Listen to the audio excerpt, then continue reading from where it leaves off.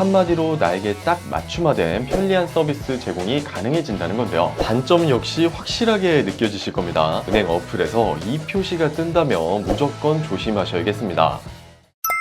시니어 정보의 모든 것 걱정마 엄빠 첫째 아들입니다. 우리 엄빠님들 5월 29일 날짜 꼭 기억해 두시기 바랍니다. 5월 29일부터 은행 어플에서 이 표시가 뜬다면 무조건 조심하셔야겠습니다. 보이스피싱, 스미싱 같은 이야기가 아닙니다. 은행 그리고 정부에서 공식적으로 진행하는 내용인데요. 자세한 이야기 오늘 걱정마 엄빠에서 낱낱이 파헤쳐 드리도록 하겠습니다. 그럼 지금 구독, 좋아요 한 번씩 눌러주시고요. 오늘의 걱정마 엄빠 지금 시작합니다.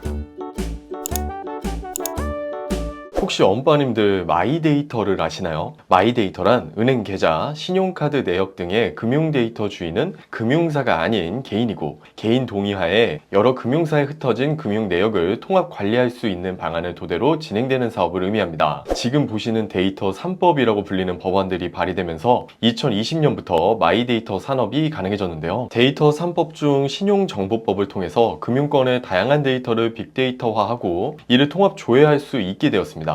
무슨 말인지 이해가 안 되신다고요? 지금 우리 엄빠님들께서 사용하고 계신 어플들 중에서 토스, 뱅크샐러드, 카카오뱅크 같은 앱들을 생각해 보시면 됩니다. A은행, B카드사, C보험사에 있는 데이터들이 하나의 앱에서 확인할 수 있잖아요. 이런 게 마이데이터 산업이라고 보면 되는데요. 올해 5월 29일 마이데이터 2.0 서비스가 시행된다고 합니다. 2.0? 그럼 1.0은 뭔데? 라고 생각하시는 분들을 위해 이렇게 정리를 해보았습니다. 지금까지가 마이데이터 1.0 서비스라고 보면 되는데 지금까지는 내가 가입한 금융사의 데이터들이 한 곳에서 단순하게 조회되는 수준에 불과했습니다. 그리고 결국 이것도 개인정보기 때문에 마이데이터 사업을 하는 회사가 사용자에게 1회만 정보 제공 동의를 얻으면 됐었죠. 거기에 토스 같은 어플 생각해보면 데이터의 흐름이 많은 금융사들이 토스에게 데이터를 제공해주는 구조예요. 자, 그런데 마이데이터 2.0은 다릅니다. 이제는 내 데이터를 수집하는 회사가 조회 기능만을 제공하는 것이 아니라 저장,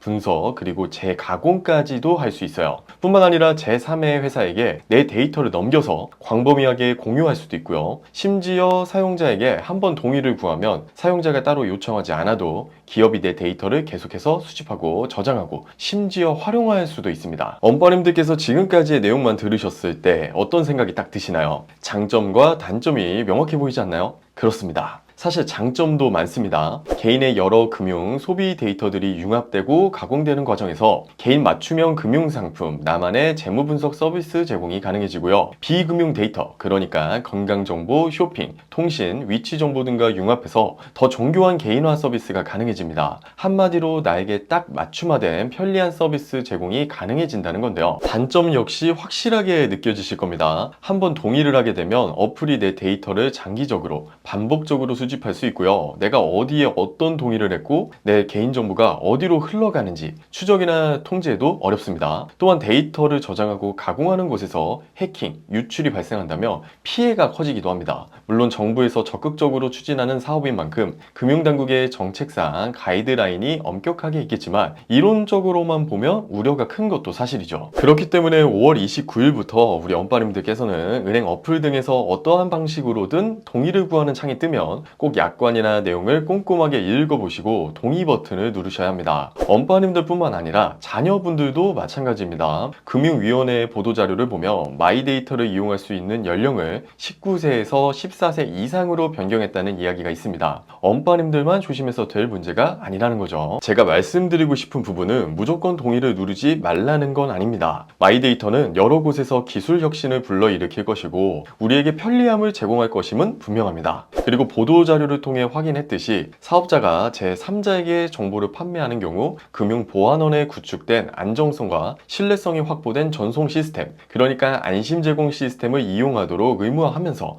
안정감을 더하기도 했습니다. 하지만 내용을 알고 동의를 누르는 것과 아무것도 모른 채 동의를 누르는 것은 다른 문제입니다. 마이데이터의 취지는 아까 영상 처음에 말씀드렸듯이 데이터 주인이 그 누구도 아닌 내 자신에게 있다는 것에서부터 시작되었잖아요. 그렇기 때문에 마이데이터에 대한 정확한 이해와 함께 내 데이터에 대한 이용 범위를 확인하시는 습관을 꼭꼭 가지셔야겠습니다. 주변 분들께도 오늘 내용 공유해 주시는 거 잊지 마시고요.